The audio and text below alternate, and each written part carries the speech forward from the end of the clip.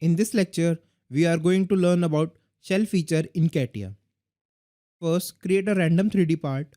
Here, you find a shell feature in dresser feature toolbar. Select shell feature. First, give some thickness. Leave outside thickness 0. Now, select the faces which you want to remove. Click OK. Now, you can see that it removed the selected face from the part. Just leaving the 2 mm inside thickness. The thickness of remaining part is 2 mm. That is the inside thickness.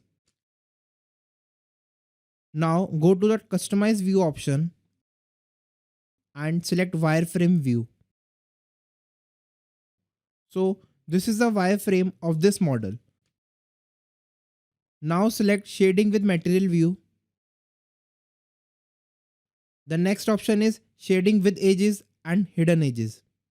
Here you can see all the hidden edges. Next option is shading with edges without smooth edges. There are several other options in customize view command. So this was the shell feature in Catia.